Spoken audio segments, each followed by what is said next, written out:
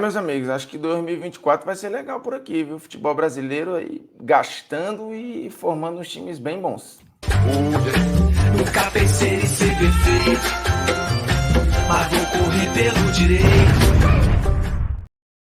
Fala moçada, beleza? Ó, Bruno Formiga na área e nada mais na missão dos 400 mil inscritos, sem pedir inscritos. Ó, vamos falar de janela de transferência. Eu fiz um vídeo esses dias tentando avaliar qual seria a melhor contratação da janela até agora, ou pelo menos a mais impactante. E aí acabei colocando o Everton Ribeiro, do Bahia. Acho que a chegada do Everton Ribeiro ao Bahia transforma, muda o Bahia de prateleira e passa um recado muito claro para o mercado. Um jogador que tinha brecha em vários clubes, inclusive no próprio Flamengo, né, que queria continuar com o jogador, mas eles não se acertaram ali em tempo de contrato e tal, e o Bahia veio com um aumento salarial e um aumento de vínculo, o que acabou seduzindo o Everton Ribeiro, junto com todo o projeto, né, do Bahia, que hoje pertence ao Grupo City. Então, acho que o Everton Ribeiro, ele é um grande slogan aí desse novo Bahia. Mas muita gente contratou bem, muita gente. Eu coloquei, fiz um levantamento do novo elenco do São Paulo. O São Paulo, ele vai seguir muito competitivo na temporada, a tendência é essa. Era um elenco bom que ficou melhor ainda, com peças muito legais de reposição, peças que chegaram para ser titulares, a manutenção do Lucas, que é um grande recado. Óbvio que perder o Dorival foi um baque, mas acho que o São Paulo fez uma transição muito, muito bacana ali com o Carpini, que tem tudo para funcionar. Acho que se a diretoria tiver paciência, e o Carpini parece muito seguro das ideias que ele tem de futebol, ele parece muito, muito definido do que ele quer para a carreira, do que ele quer para os times que ele comanda. Assim, a tendência é que ele dê uma consistência, uma segurança defensiva a esse São Paulo, que ganhou muitos talentos, né? Perdeu pouquíssimo e ganhou muito. Precisa entender ainda a situação do Rames, como é que vai ficar a situação do Rames Rodrigues, mas no geral é um São Paulo que, se a gente olhar peças do ano passado para cá, elas tinham uma avaliação e agora tem outra, né? Por exemplo, o Wellington Rato e Nestor, que hoje são fundamentais no time, e no ano passado o Wellington Rato, logo quando chegou, foi visto sob alguma desconfiança, e o Nestor, que a percepção do que o Nestor pode entregar para o time mudou muito, né? O Nestor, que é um grande jogador. Isso sem contar das figuras que já rendiam bem e que o torcedor já entende que dali pode sair muita coisa legal. A zaga, que tem um nível de qualidade altíssimo, né? O Lucas, que permaneceu, o Caleri, Pablo Maia e por aí vai. E o São Paulo foi muito bem na janela, né? Repondo peças, mantendo o elenco firme e que casa com as ideias do Carpini e aumentando as opções. Então, assim, é alguém que provavelmente vai brigar mais e mais constantemente, por exemplo, no Campeonato Brasileiro. Se na temporada passada acabou tendo que gastar muita energia na Copa do Brasil e não tendo fôlego ali no Brasileiro, com esse elenco, acho que o São Paulo pode vislumbrar competir em mais de uma frente, inclusive tem o retorno na Libertadores em busca do tão sonhado tetracampeonato. O Internacional, acho que tem muitas estrelas na história aí, né? Chegam nomes muito fortes, o Alário e Borré são os maiores deles, o Borré provavelmente chegando só um pouco depois, mas aí você mantendo algumas figuras que estavam ali e tudo. O Inter eu acho que também sobe de nível, o Inter também sobe de patamar. O Inter, que já competiu em algumas frentes no campeonato, inclusive na Libertadores, tende a seguir disputando.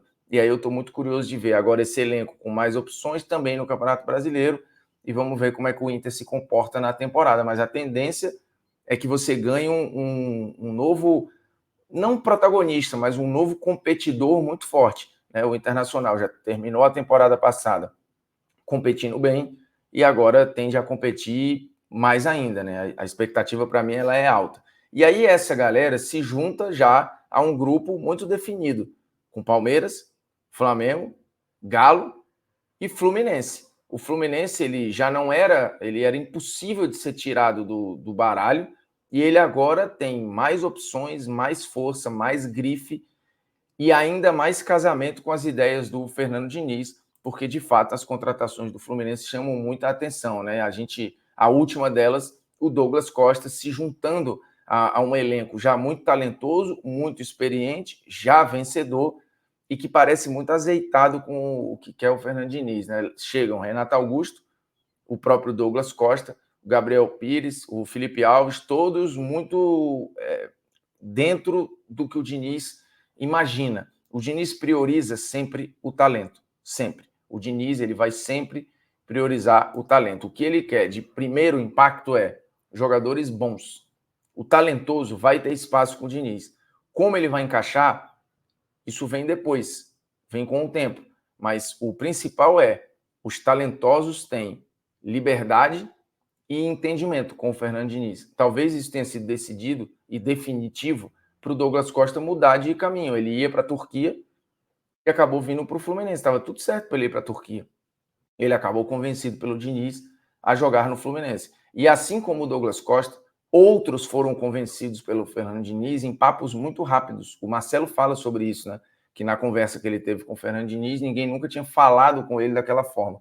E que ficou muito claro para ele o que ele deveria fazer, que era voltar para o Fluminense naquele momento. Por sinal, raio-x do Fluminense e desses jogadores que chegaram e dos outros que estão nos outros times, falei aqui do São Paulo e do Internacional especificamente, você pode fazer vários raios-x lá, comparar como é que o cara estava na temporada passada, alguns aí já começaram a jogar como é que eles estão nessa temporada. Óbvio que acompanhar o tempo real dos jogos, porque o SofaScore é o aplicativo de placar ao vivo mais rápido do planeta. O link está na descrição do vídeo para você baixar, mas eu vou deixar esse QR Code aqui. Se você estiver vendo na TV ou no PC, no notebook, você aponta o QR Code para cá, aponta o celular para esse QR Code e vai cair direto lá para baixar o SofaScore 100% de graça. Então, quando você estiver fora de casa, quiser acompanhar a placar ao vivo e tal, bonitinho, papapá, SofaScore. Quiser comparar jogador, ver os números da temporada dos caras, classificação, tabela dos times e tal, SofaScore,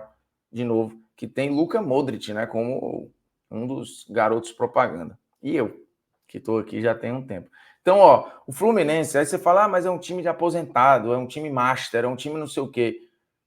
Ficou evidente que isso não colou no título da Libertadores. E o Fluminense, se não tivesse gasto tanta energia com a Libertadores, provavelmente teria disputado mais e melhor dentro do Campeonato Brasileiro. Esse ano, a tendência é que a gente veja um Fluminense rodando minutagem da galera, e aí o fato de serem experientes, de serem jogadores mais velhos, acho que vai impactar menos, porque você vai ter mais peça de troca, mais peça de reposição, vai poder rodar mais esse elenco, por exemplo, aqui quando não quiser utilizar o Ganso, tem o Renato Augusto e vice-versa.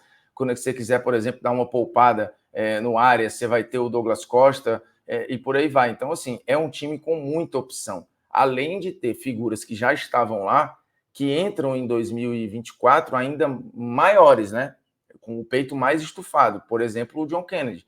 A expectativa é que ele jogue mais, que ele desenvolva mais, que ele consiga fluir. É verdade que o Fluminense perdeu o Nino, está aí na expectativa de ver o que vai acontecer com o André. Com o André não tem um substituto imediato no time, no elenco, porque é um jogador muito raro e é difícil mesmo que você encontre. Mas, no geral, é um Fluminense que sobe de nível e fica muito claro o poder de convencimento, como o Diniz atrai os melhores, como a galera quer trabalhar com ele, como o ambiente é bom e os jogadores se falam, eles sabem disso e vão falando um para o outro. O Douglas Costa já tinha recebido uma ligação do Fred, diretor hoje do clube, depois recebeu a do Fernando Diniz e isso foi decidido.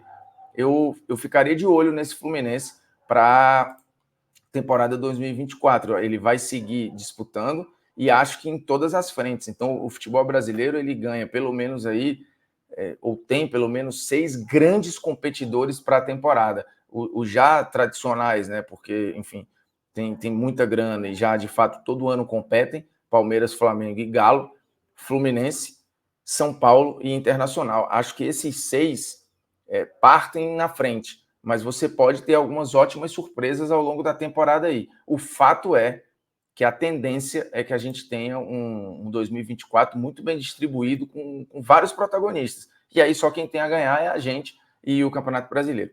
Beleza? É nóis!